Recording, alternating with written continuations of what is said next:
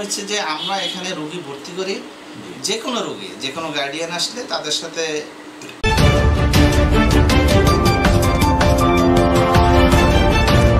আসসালামু আলাইকুম। ওয়ালাইকুম আসসালাম। আমরা আপনার কাছে আসছি বেশ কিছু বিষয় নিয়ে। ইতিমধ্যেই আপনাদের এই প্রতিষ্ঠান সম্পর্কে রিপোর্ট হয়েছে, পত্রিকায় দেখছেন বোধহয়। শুনছি। আপনার পরিচয় একটু দেন। আমার নাম মোহাম্মদ ইনাম হোসেন। আমি মাইন্ড কেয়ার প্রতিষ্ঠানের প্রতিষ্ঠাকালীন থেকে ম্যানেজার হিসেবে আছি।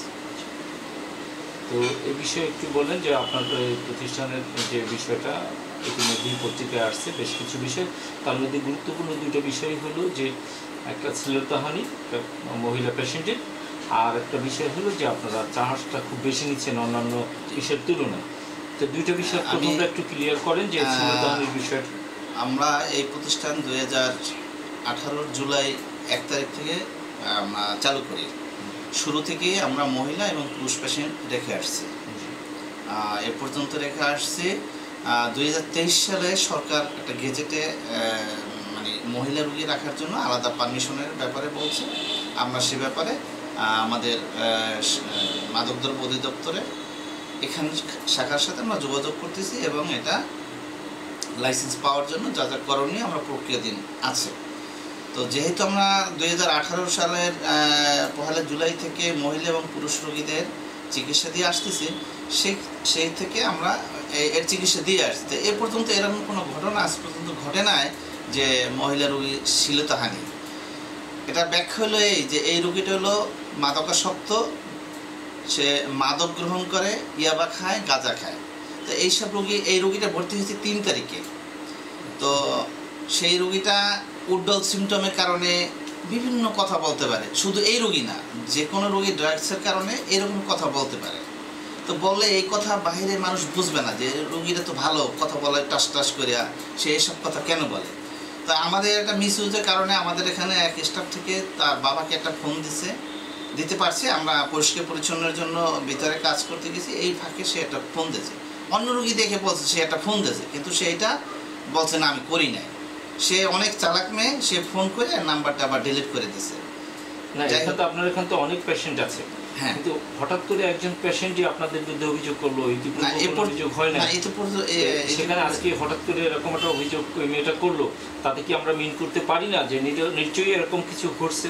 না না না, এখানে এরকম কোনো ঘটনা ঘটে নাই। আর আমার বয়স, আমার সব কিছুই দেখেন আপনারা। এখন একজনে কমপ্লেন দিতেই পারে।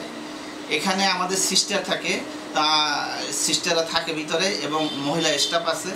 তো এখানে আমাদের ভিতরে তো ওই রকমের থাকার বা যাওয়ার স্কোপ বেশি নাই। যখন কোনো সমস্যা হয়, কোনো সিস্টারকে নিয়ে আমরা ভিতরে ঢুকি, তাদের সাথে কথা বলি। আর কেউ কাউন্সিলিং করতে চাইলে সামনে আসে, সামনে টেবিলে দূরত্ব রেখেই কথা বলি।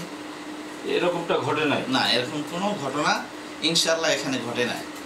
আচ্ছা, আপনারা ঠিক হয়ে যাচ্ছেন। এখন দ্বিতীয় প্রশ্ন হচ্ছে যে আমরা এখানে রোগী ভর্তি করি, যে কোনো রোগী, যে কোনো গার্ডিয়ান আসলে তাদের সাথে আমাদের কি রেট, আমরা কয় টাকা নেব, কয় টাকা মাসিক লাগবে বা প্রতিদিন কয় টাকা, এটা অভিভাবকের সাথে প্রথমেই একটা কথা হয় যে এখানে রোগী রাখলে আপনি মাসে 15,000 টাকা দিবেন বা মাসে 18,000 টাকা দিবেন বা মাসে 21,000 টাকা দিবেন।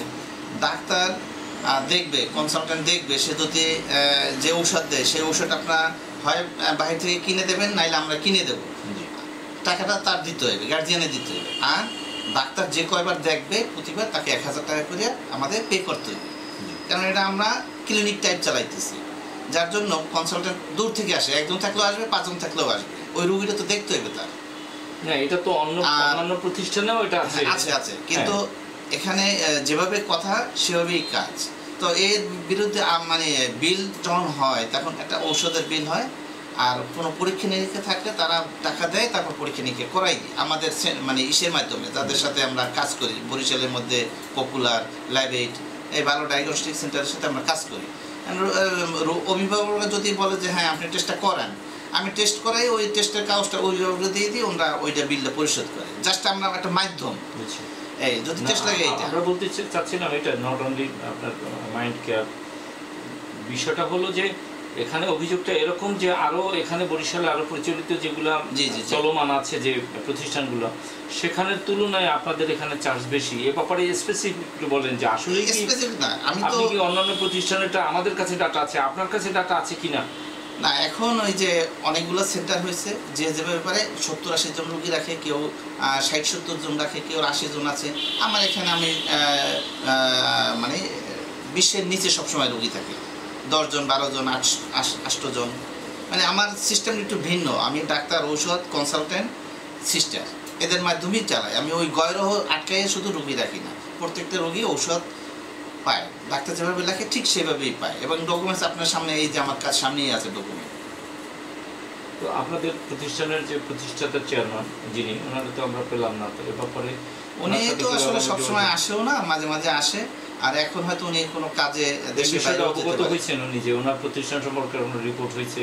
হ্যাঁ, এটা ওনাকে ওইভাবে পাওয়া যায় না, তারপরে মানে অন্য মাধ্যমে জানানো হয়েছে আর কি। জানানো হয়েছে। আচ্ছা, ধন্যবাদ আপনাকে।